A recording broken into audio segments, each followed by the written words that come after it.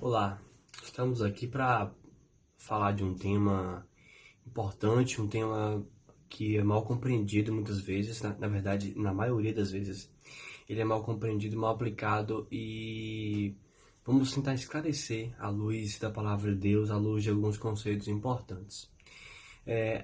A blasfêmia contra o Espírito Santo. O que é?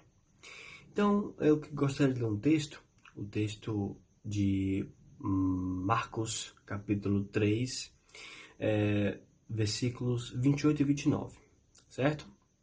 Diz o seguinte: Em verdade vos digo que tudo será perdoado aos filhos dos homens, os pecados e as blasfêmias que proferirem.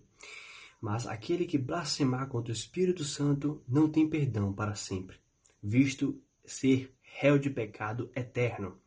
Isto porque diziam, está possesso de um espírito imundo. Em primeiro lugar, o contexto disso aqui. Cristo havia feito muitos milagres, né?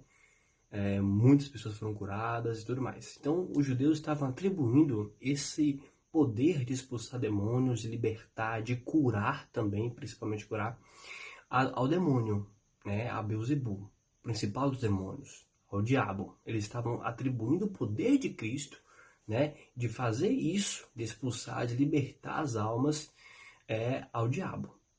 Ao fazer isso, Cristo então vai advertir: olha, se uma casa está dividida contra si mesmo, ela vai ser destruída. Se o diabo expele ou expulsa o diabo, o seu reino está fadado ao fracasso. Então ele vem e diz: qualquer que blasfemar contra o Espírito Santo não tem perdão. Você pode até pecar contra o pai, contra o filho, né? Ou cometer outros pecados, mas aquele pecado específico, a blasfêmia contra o Espírito Santo, não tem perdão. Mas o que é, então, blasfemar? Blasfemar é proferir palavras ímpias, né? É injuriar, insultar, né? É de maneira intencional. É fazer isso de maneira mal, intencional. É falar mal, né? No sentido mais pejorativo possível, mais negativo possível. Então, basicamente, é isso. E especificamente, dentro desse contexto e à luz disso, o que é então blasfemar contra o Espírito Santo? É atribuir a obra do Espírito, nesse caso aqui, foi os milagres, né?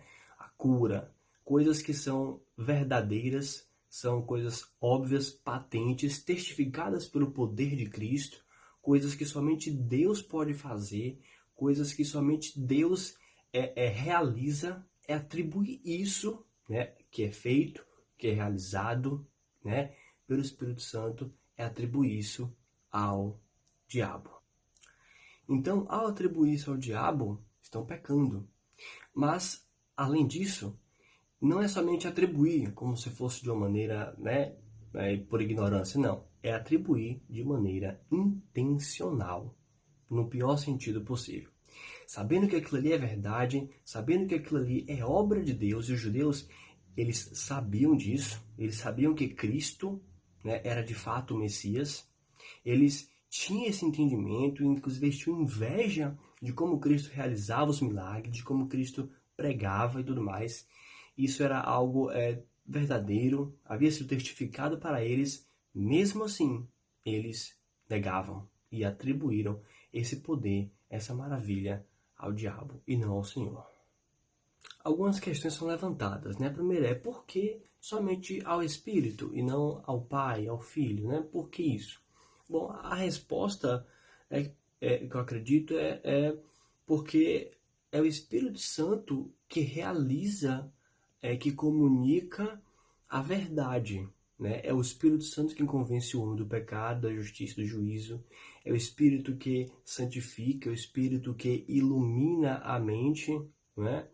É o Espírito que dá o entendimento, entendeu? Que regenera, que dá o esclarecimento.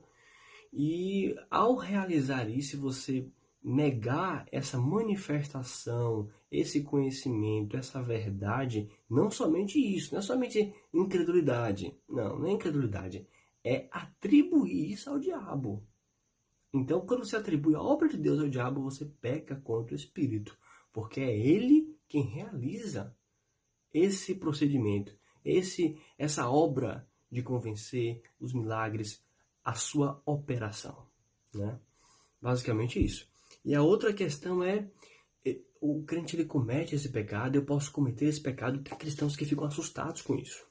Em primeiro lugar, blasfêmia contra o Espírito Santo é sinônimo de apostasia. Isso significa que automaticamente uma pessoa que blasfemou contra o Espírito Santo, ela é uma apóstata. O que é isso? É uma pessoa que se desviou de uma maneira brusca e irreversível. Não tem volta, não tem retorno, né? Ela não é crente, na verdade ela nunca foi crente. Ela nunca vai crer em Cristo. E visto que ela está em um estado de tão envolta em trevas que ela não crer, nunca crerá. E, portanto, réu de morte eterna, né? É isso que é a apostasia. O autor de Hebreus vai trabalhar isso muito bem, né? Dizendo que embora as pessoas elas possam manifestar, né, até falar em nome de Cristo, etc e tal, elas então voltam para o estado em que estavam, né? Se abandonam a fé e começam a falar mal da igreja, mal de Deus e viram uma pessoa terrível. É caso de apostasia, né? Então, de maneira semelhante, blasfemar contra o Espírito Santo também é uma apostasia. Basicamente, é isso, né? Espero que vocês tenham entendido. Compartilhem esse vídeo, curtam. Deus abençoe a sua vida.